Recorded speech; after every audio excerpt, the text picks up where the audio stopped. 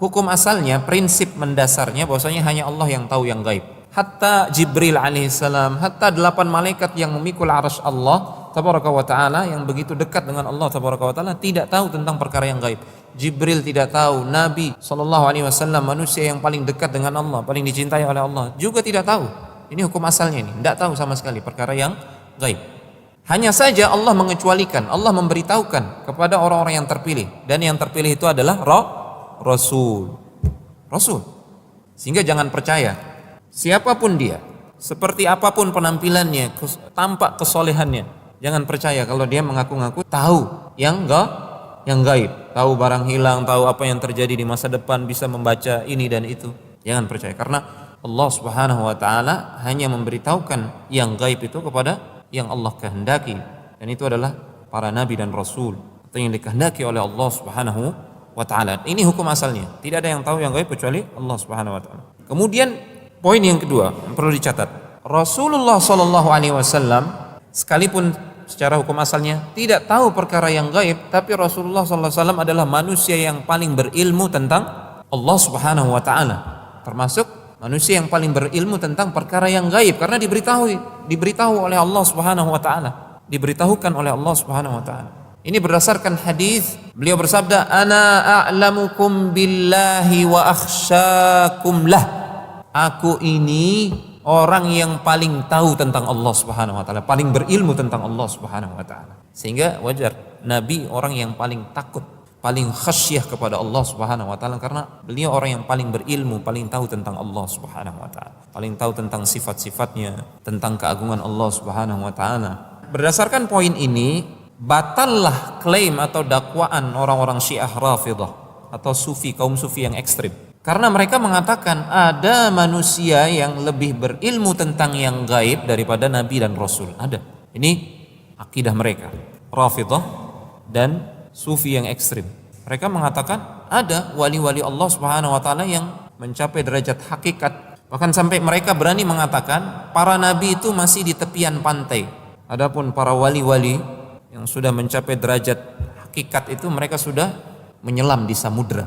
Wah, ini akidah yang menyesatkan, bahkan akidah kufur, karena menganggap ada selain Rasulullah SAW yang lebih tahu daripada beliau SAW. Padahal Nabi dengan tegas mengatakan, ana a'lamukum billah, aku manusia yang paling tahu, paling berilmu tentang Allah Subhanahu wa ta'ala.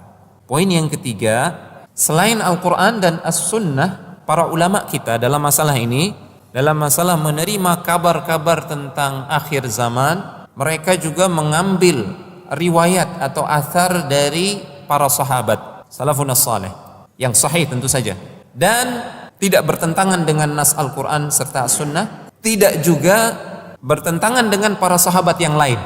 Ini diterima. Kalau ada riwayat dari para sahabat yang berbicara tentang perkara yang gaib dan tidak ada para sahabat yang lain yang membantahnya, dan itu tidak bertentangan dengan nas Al-Quran maupun As-Sunnah, maka riwayat dari sahabat ini diterima oleh para ulama, dijadikan sebagai penopang di samping Al-Quran dan As-Sunnah. Kenapa? Karena dua hal. Karena para sahabat mustahil mereka mengada-ada atau berdusta atas nama Allah dan Rasulnya, berbicara tentang sesuatu yang gaib. Mustahil mereka melakukan itu, kecuali jika memang sebelumnya mereka sudah mendapatkan ilmunya dari Rasulullah. Ayyuhalladzina amanu taqullaha wa kunu ma'as shadiqin. Wahai orang-orang beriman, bertakwalah kalian kepada Allah dan hendaklah kalian senantiasa bersama orang-orang yang as-shadiqin, orang-orang yang jujur. Shadiqin di sini tafsiran para ulama, para sahabat. Ditazkiyah langsung oleh Allah, mereka adalah orang-orang yang jujur. Jadi kalau para sahabat berbicara tentang perkara yang gaib dan tidak ada sahabat yang lain yang membantahnya, ini kita terima. Karena mereka mendapatkan ilmunya itu dari Rasulullah SAW. Atau yang kedua, karena mereka itu berijtihad sesuai dengan pemahaman mereka terhadap Al-Quran dan Sunnah. Ini juga kita terima pemahaman sahabat, karena mereka orang yang paling paham tentang Al-Quran dan As-Sunnah. Karena dua alasan ini sehingga para ulama menerima kabar dari para sahabat sekalipun itu berbicara tentang perkara yang gaib dengan syarat-syarat yang tadi kita sebutkan. Kemudian poin yang keempat, adapun kabar atau sumber berita yang berbicara tentang kejadian di masa depan, di akhir zaman, tanda-tanda kiamat, yang bersumber selain dari yang kita sebutkan di atas, yaitu selain dari Al-Quran, dari As-Sunnah dan athar para sahabat, riwayat para sahabat, maka sumber itu tidak bisa dijadikan rujukan sama sekali, tidak diterima kalangan Ahlus Sunnah. Contoh misalkan ada berita-berita kabar dari Ahlul Kitab atau sumber-sumber klaim, seperti misalkan orang Syiah Rafidhah, mereka mengklaim Ali bin Abi Thalib dia punya kitab khusus yang tulisan gitu di atas kulit, Al-Jifr istilahnya. Di situ kata mereka orang-orang Syiah Rafidhah tertuang semua perkara-perkara gaib tentang apa yang akan terjadi. Itu dikhususkan buat Ali bin Abi Thalib. Ini klaim dusta mereka. Karena banyak sekali riwayat seperti itu dan banyak masuk ke dalam kitab-kitab, sehingga perlu difilter. Sumber-sumber yang seperti itu tidak bisa dipercaya, bukan sumber rujukan bagi kaum muslimin.